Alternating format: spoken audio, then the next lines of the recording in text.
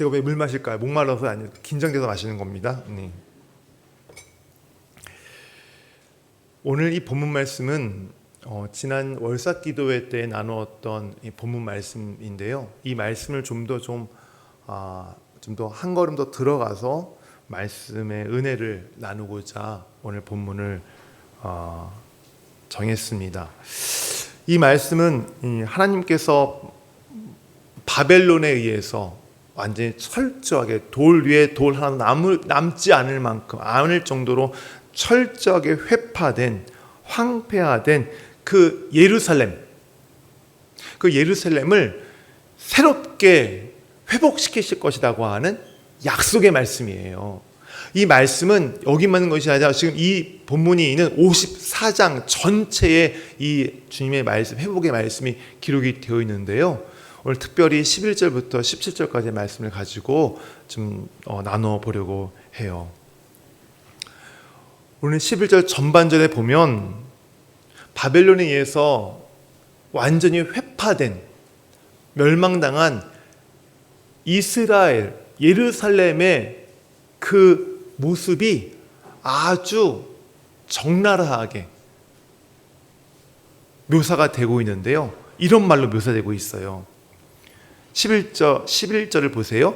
곤고하다, 광풍에 요동한다, 안위를 못 받는다 라고 하는 이 말들로 지금 이스라엘의 그 상태, 바벨론에게 망하고 지금 비참함에 빠진 그들의 그 상황을 지금 이야기하고 있어요. 곤고하다라고 하는 이 말은 예루살렘이 바벨론의 그 억압으로 인해서 고통을 당하잖아요.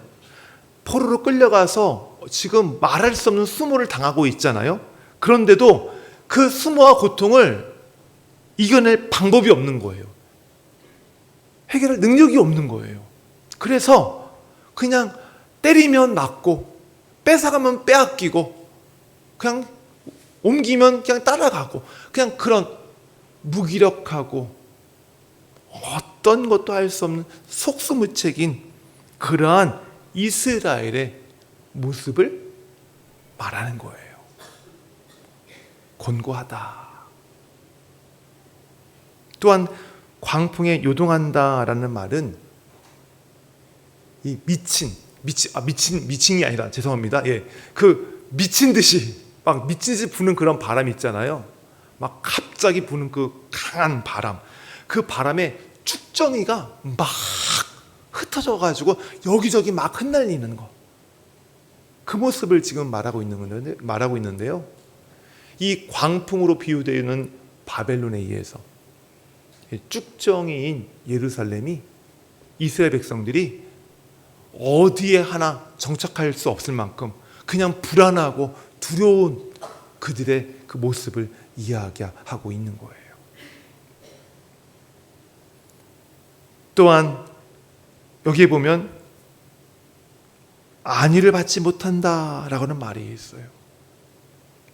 이스라엘이 그냥 그 고통 가운데 있지만 속수무책 그 고통을 당할 수 없는 상태에서 그 고통을 그냥 감내하고 있는 그 상황, 그리고 요동치는 그 이스라엘의 그 불안하고 두려운 이스라엘의 모습, 그럼에도 불구하고 어디서도 어느 누구로부터도 위로받지 못하고 보호받지 못하는 이스라엘.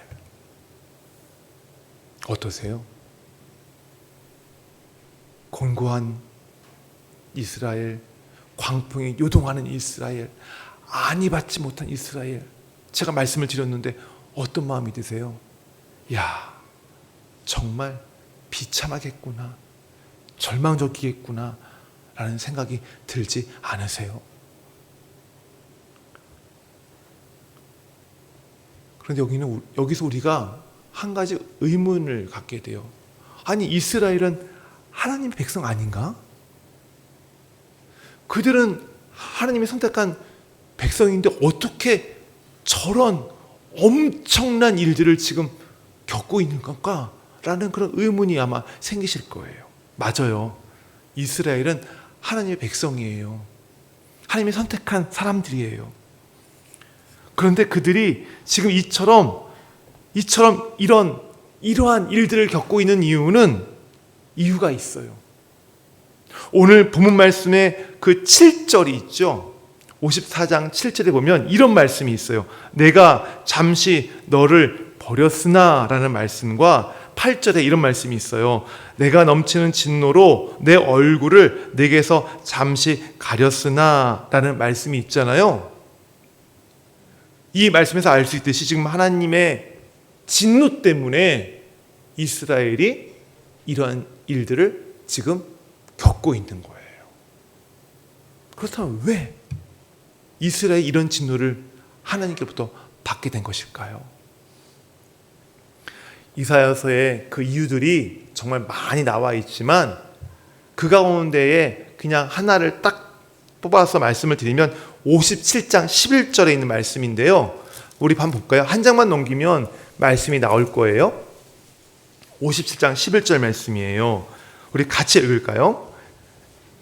내가 누구를 두려워하며 누구로 말미암아 놀라기에 거짓을 말하며 나를 생각하지 아니하며 이를 마음에 두지 아니하였느냐?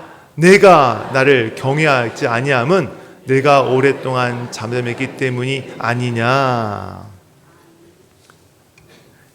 이스라엘이 하나님 말씀을 따르고 하나님 말씀을 전하는 자들을 핍박했어요.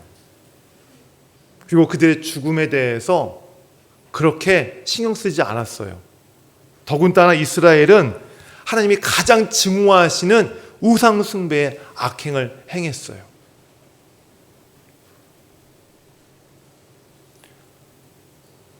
바로 이들의 우상 숭배의 악행은 오늘 우리가 방금 읽었던 11절 말씀이 있죠. 50장 11절 말씀. 하나님을 경외하지 않고 하나님을 마음에 두지 않는 행위였어요. 죄악이었어요. 이들이 왜 우상 숭배를 했을까요? 자기들 행복 때문에. 우상 숭배하면, 우상을 섬기면, 저 신을 내가 숭배하면 내가 더 많은 쾌락을 느끼고 가질 수 있고 더 많은 물질과 더 많은 힘과 더 많은 힘을, 권력을, 명예를 내가 가질 수 있다고 하는 그 생각 때문에 이스라엘은 우상을 섬겼던 거예요. 이것은 꼭 무엇을 말해요? 하나님을 마음에 두지 않는 것, 하나님을 경외하지 않는 것, 한마디로 하나님을 무시하는 것이었어요. 무시가 뭔지 아세요? 무시로 말고 무시. 무시를 당해보셨나요? 저는 무시 자주 당해요. 집에서요. 네. 무시당하면 기분이 좋을까요? 안 좋을까요? 안 좋아요. 나보다 나이가 드신 분으로부터 무시를 당해도 기분이 안 좋은데 나보다 나이가 어린 사람들이 무시를 당하면 기분이 배나 안 좋죠. 이건 뭐라고 얘기할 수 없을 만큼 기분이 안 좋아요.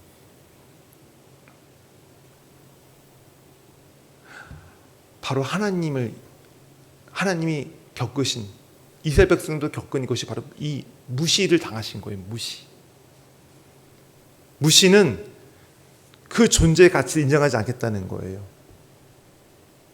그를 귀하게 여기지 않겠다는 거예요. 그의 존재가 없다고 여기겠다는 거예요.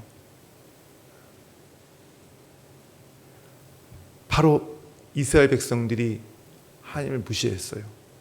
자기들 마음의 삶 가운데 중심이 될 하나님을 몰아내고 그 자리에 자기들의 행복을 갖다 놓고 그 행복을 위해서 우상을 섬기는 그들은 그렇게 하나님을 무시했어요. 마음에 두지 않았어요. 경외하지 않았어요. 그래서 이들로부터 무시당하신 하나님, 이들로부터 함부로 대함을 받은 하나님, 그 하나님께서 진노하시고 이로 인해 이들에게 징계를 내렸는데 그 징계의 모습이 오늘 본문 11절에 있는 곤고하고 광풍에 요동하고 안위를 못 받는 이스라엘의 모습인 거예요.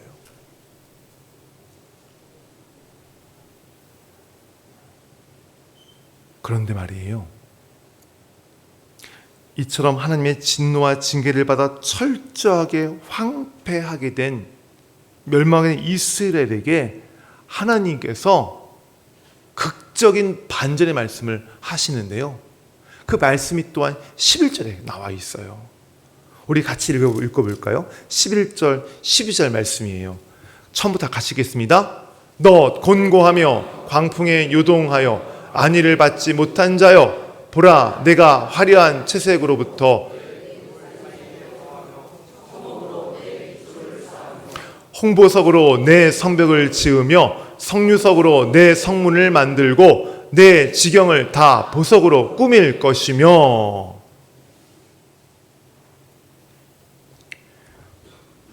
하나님께서 이스라엘을, 지금 완전히 망한 이스라엘을 어떻게 하시겠다는 거예요? 보석으로 치장해 주시겠다는 거예요. 그런데 하나님이 지금 이스라엘을 그 보석으로 치장해 주시는 것뿐만 아니라 또 다른 약속들을 하세요. 우리 좀 길긴 하지만 13절부터 17절까지 같이 읽겠습니다. 내 모든 자녀는 여호와의 교훈을 받을 것이니 내 자녀에게는 큰 평안이 있을 것이며 너는 공의로 설 것이며 학대가 내게로서 멀어질 것인즉 내가 두려워하지 아니할 것이며 공포도 내게 가까이 하지 못할 것이라. 보라, 그들이 분쟁을 일으킬지라도 나로 말미암지 아니한 것이니 누구든지 너와 분쟁을 일으키는 자는 너로 말미암아 패망하리라. 보라, 숯불을 불어서 자기가 쓸만한 연장을 제조하는 장인도 내가 창조하였고 파괴하며 진멸하는 자도 내가 창조하였은즉 너를 치려고 제조된 모든 연장이 쓸모가 없을 것이라. 일어나 너를 대적하여 송사하는 모든 혀는 내게 정죄를 당하리니 이는 여호와의 종들의 기업이요 이는 그들의 내게서 얻은 공인이라. 여호와의 말씀이니라. 아멘.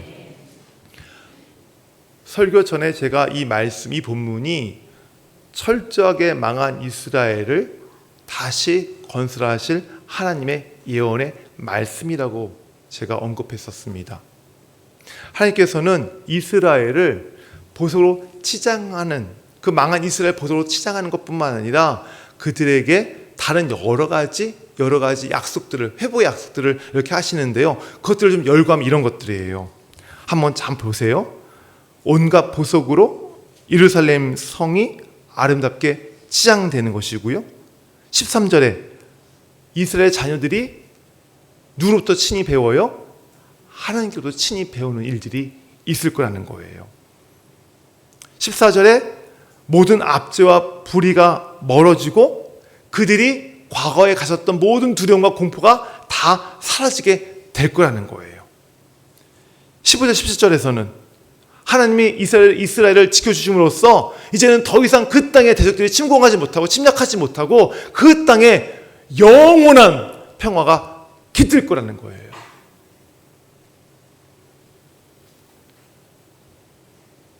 이것이 하나님께서 멸망당한 이스라엘에게 말씀하시는 회복의 말씀이에요. 그런데 지금 제가 열거해드린 이 말씀들의 말씀들을 보면 매우 중요한 걸 하나 발견할 수 있어요.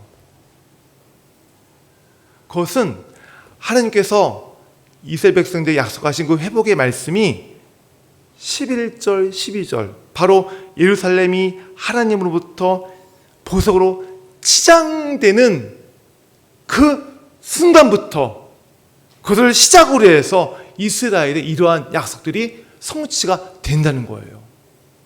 다시 말해서 보석으로 치장된 예루살렘이 그 치장되면서부터 예루살렘의 풍성한 삶이 이제 오게 된다는 거예요. 그러면 예루살렘이 하나님에 의해서 각종 보석으로 치장된다는 것이 무슨 의미일까요? 하나님이 보석으로 그들을 경제적으로 부하게 만들어준다는 의미일까요?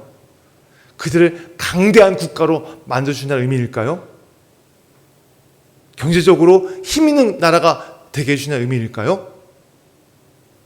오늘 이 말씀은 그런 의미가 아니에요. 왜냐하면 바로 여기에 나오는 이 보석들이 상징하는 것은 하나같이 하나님의 임재, 하나님의 뜨거운 사랑, 하나님의 그 영광, 하나님의 기쁨에 대한 이야기들을 상징하는 보석들이기 때문에 그런 거예요. 특별히 11절에 나오는 이 청혹이라고 하는 이 푸른 보석은 구약 성경에서 하나님의 보좌를 묘사할 때 등장하는 나오는 보석이거든요. 따라서 이러한 보석들은 무엇을 의미하냐면 바로 풍성한 관계. 누구와의 관계예요? 하나님과의 관계. 하나님과의 그 관계가 풍성하게 회복되어질 것을 말씀하시는 그 부분이에요. 그러니까 뭐예요? 이스라엘의 그 회복이 어디서 시작이 된다고요? 하나님과 관계가 회복되는 것을 시작으로 이스라엘의 그 평화와 그리고 그 안전이 깃든다는 것을 우리에게 말씀하고 있습니다. 그렇다면 왜 하나님은 이스라엘의 그 풍성한 삶의 시작을 하나님의 관계 회복에서 시작하게 하셨을까요? 그 이유는 하나님과의 관계 회복이 다른 모든 관계 회복의 기초이기 때문인 거예요. 기초이기 때문에.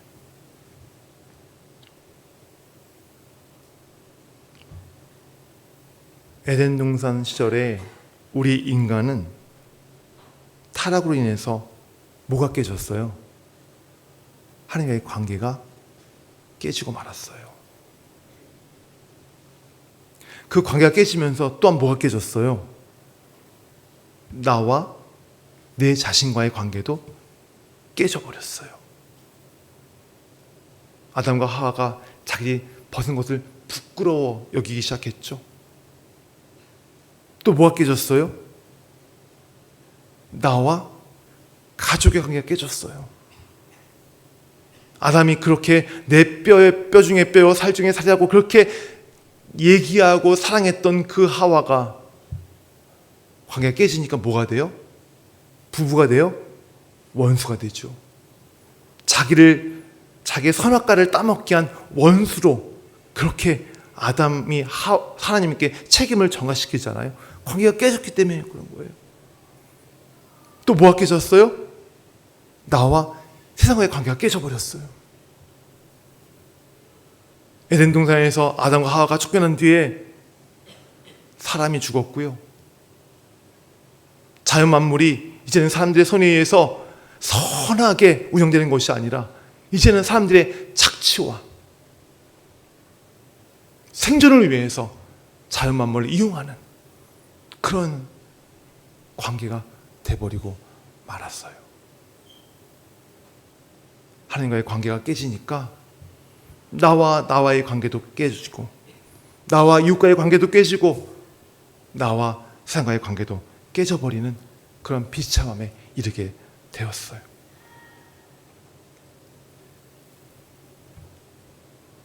그래서 하나님이 가장 주목하시고 가장 관심 있는 부분이 하나님과 우리의 관계 회복이에요. 구약 성경을 보면 주된 메시지들 가운데에 정말 그 메시지 가운데 가장 중요한 메시지가 나는 하나님이고 너희들은 나의 백성이라는 거예요. 무슨 말이에요? 내가 하나님이고 너희는 나의 백성이라는 그 사실을, 그 관계를 잊지 말라는 거예요. 기억하라는 거예요. 하나님은 늘 말씀을 통해서 하나님과의 자기 백성의 관계를 늘 강조하셨어요. 그 관계가 회복되기를 늘 강조하셨어요. 지켜가기를 늘 원하셨어요. 하지만 사람은 그 관계를 깨뜨리고 말았어요.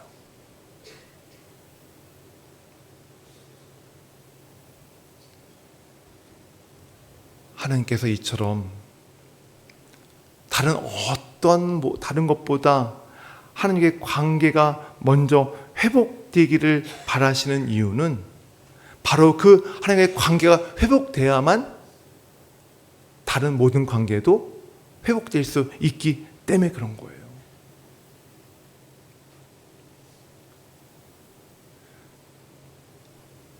하나님과의 관계가 회복되지 않았는데 다른 관계가 회복된다? 물론 그럴 수 있습니다. 하지만 그거는 임시일 뿐이에요. 잠깐일 뿐이에요.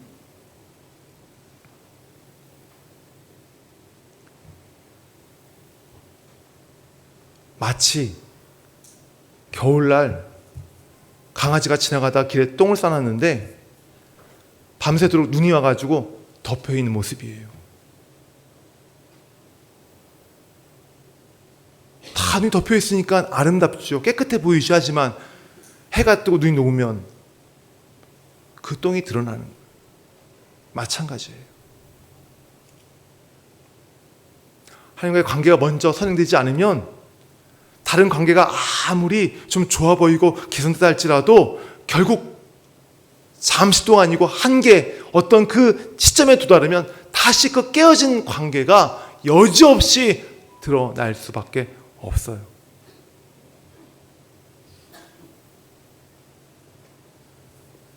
곰곰이 한번 생각해 보세요. 내가 왜 저 사람과의 관계가 안 좋을까? 내가 왜 내 안에서 이렇게 큰 부대낌이 있을까? 내가 이 세상을 살아갈 때에 왜 이렇게 힘이 들지?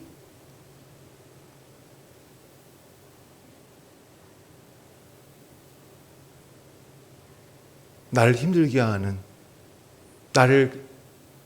나를 고통스럽게 하는 그 다른 사람, 그 세상 보지 마시고 먼저 나와 하나님과의 관계가 어떤지를 먼저 점검하시기를 바라요.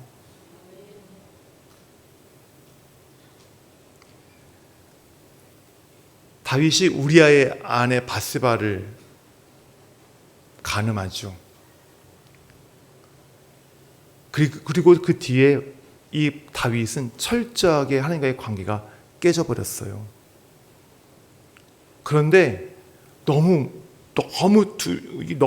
이 무서운 것은 그 관계가 깨져 있는 동안에 다윗은 아무렇지도 않게 지냈다는 거예요.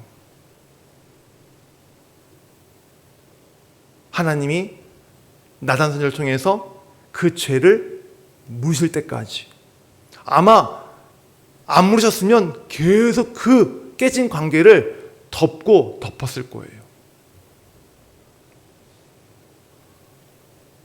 다윗은 시인이에요. 하나님을 찬양하는 사람이에요. 하나님이 세우시는 왕으로서 하나님의 그 섭리와 뜻들을 끌어가는 리더예요. 하나님의 관계가 깨졌어요. 그가 찬양할 수 있을까요? 못할까요? 했을 거예요.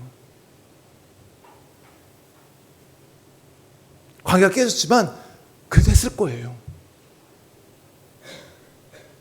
관계가 깨졌지만 그래도 왕으로서 하나님의 그 이야기들을, 그 계획들을 얘기했을 거예요.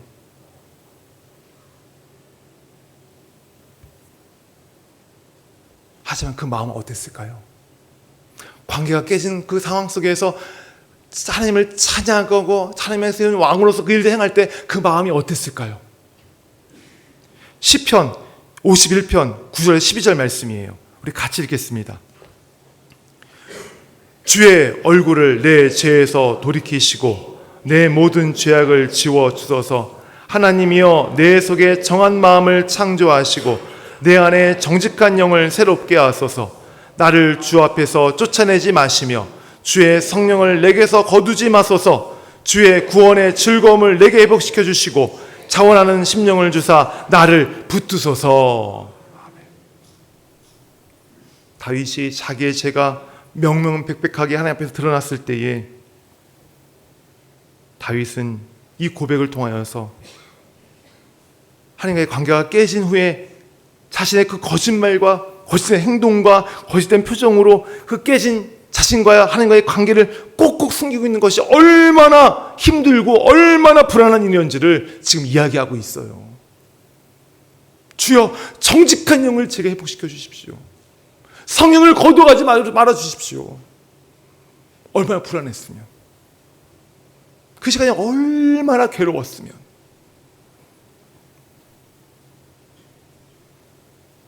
그리고 다윗이 간절히 소망하죠. 하나님과의 관계가 다시 회복되게 해주십시오. 자원하는 심령을 제게 해주십시오. 다시 관계가 회복되게 해주십시오.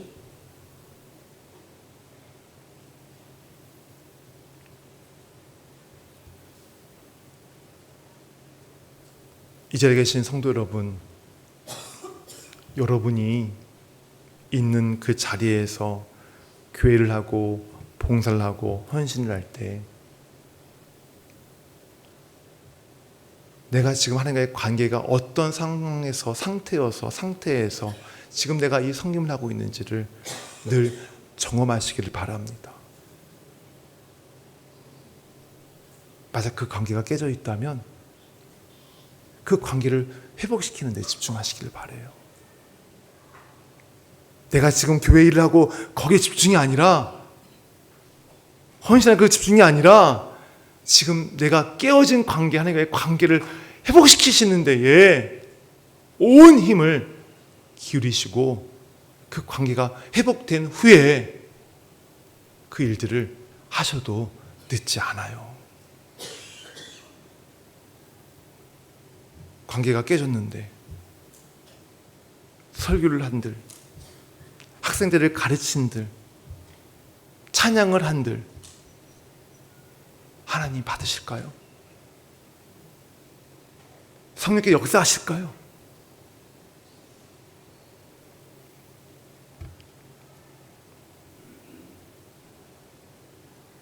시편 51편 다윗의 고백에서 우리가 알 수 있듯이 신자인 저와 여러분에게 있어서 가장 중요한 것은 하나님과의 관계예요. 신자와 하나님과의 관계는 마치 비행기 엔진 같아요. 비행기 엔진이 정상적으로 작동해야 비행기가 이륙을 하고 날아갈 수 있어요.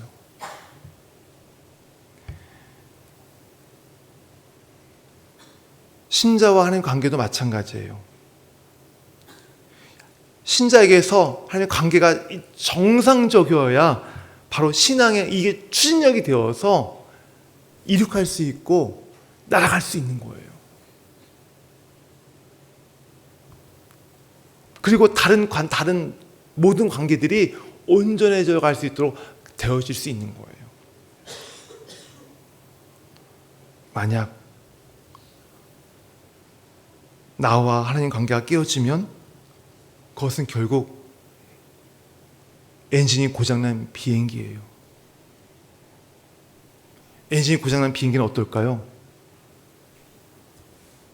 추락하게 돼 있어요. 우리의 삶에 다른 것이 다 정상적이고 행복하고 그리고 안정되고 멋있게 보일지라도 하나님과의 관계가 깨져 있다면 그것은 추락하는 비행기예요. 높이 나는 새가 떨어지면 더 아프대요.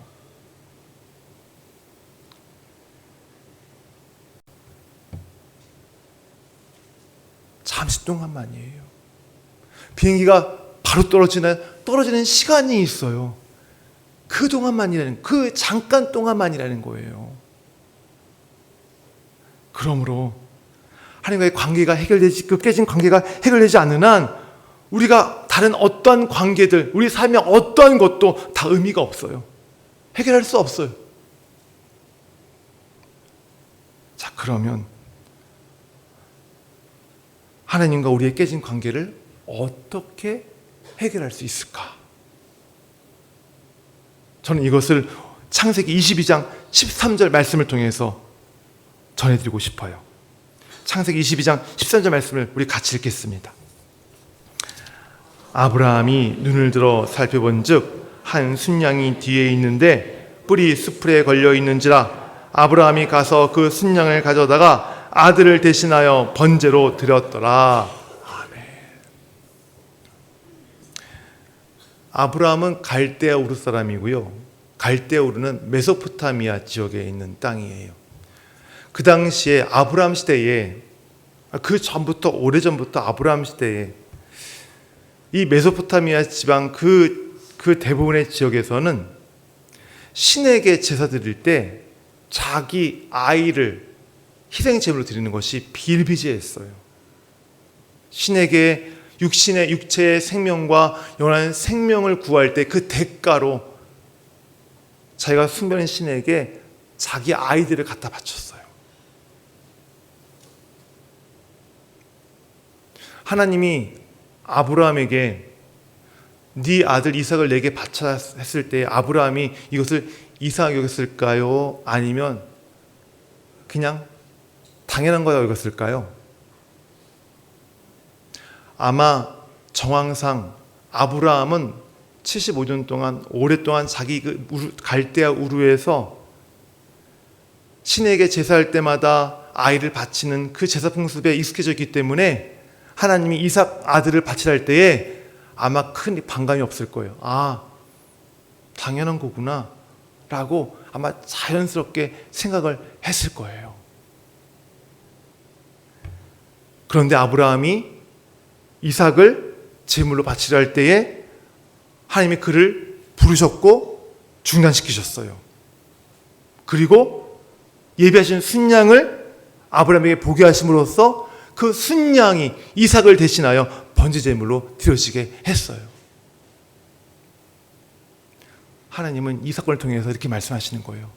아브라함아, 나는 세상의 신들과 전혀 다른 신이다.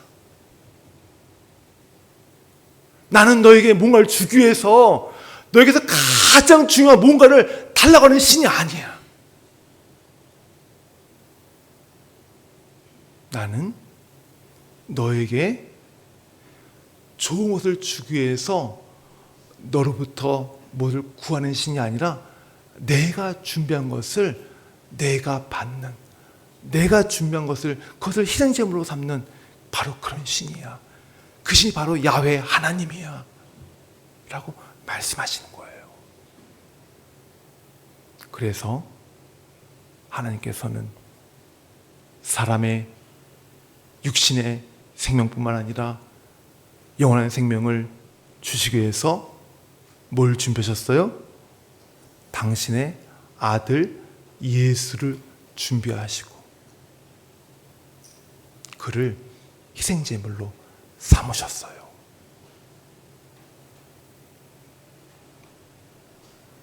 우리는 어려운 일을 당할 때마다 이렇게 생각해요.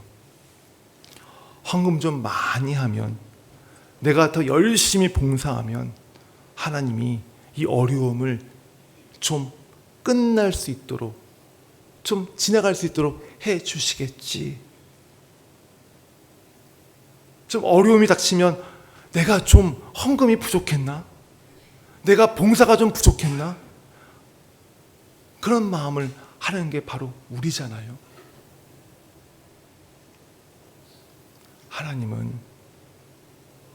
우리 하나님은 그런 하나님이 아니세요. 뭘 주시기 위해서 우리에게 뭘 받아야만 주시는 분이 아니라 우리에게 주시기 위해서 하나님의 자신의 가장 귀한 것을 주시는 분이 바로 우리 하나님이세요. 우리 하나님의 가장 귀한 것, 독생자 예수를 주시는 하나님. 그래서 하나님께서 원하시는 것은 여러분에게 어떤 물질, 어떤 시간, 어떤 헌신, 그거 바라지 않으시고요. 단지 딱 하나. 하나님이 준비하신 선물인 예수를 받아들이는 것. 그분을 받아들이는 것. 그거 하나 원하세요.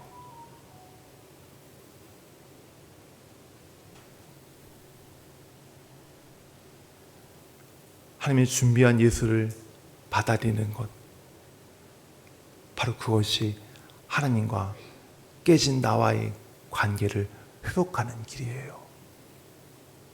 해결의 열쇠예요. 아직까지 이 가운데에 예수 그리스도를 인격적으로 영접하지 못하신 분들은 예수 그리스도를 자기의 삶 가운데 인격적으로 영접할 때에 그것이 바로 그 선물인 하나님의 선물을 받아들이고 관계가 회복되어져 가는 것이고요. 이미 예수 그리스도를 영접하신 분들은 그 영접할 때의 그 순간, 그때 머무르지 않고, 지난번에 제가 말씀드렸던 것처럼 요한복음 6장 35절 말씀드렸잖아요. 예수께서 이르시되 나는 생명의 떡이니 내게 오는 자는 결코 줄이지 아니할 터요 나를 믿는 자는 영원히 목마르지 아니하리라. 바로 예수 그리스도를 나의 밥, 내가 한 끼라도 안 먹으면 힘이 빠지고 내가 먹지 않으면 내가 굶어 죽는 그런 밥처럼 날마다 예수 그리스도에 찾아가서 그분을 통하여서 내가 힘을 얻고 그분과 나의 삶이 함께 동행한 것을 내가 늘 고백하고 이 세상 가운데에 내가 예수를 믿는 삶입니다. 삶 가운데 나타내는 바로 그것이 기존의 신자들이 예수님을 받아들이는 것이고요. 바로 그것이 깨어진 나와 하나님과의 관계를 회복하는 것이에요.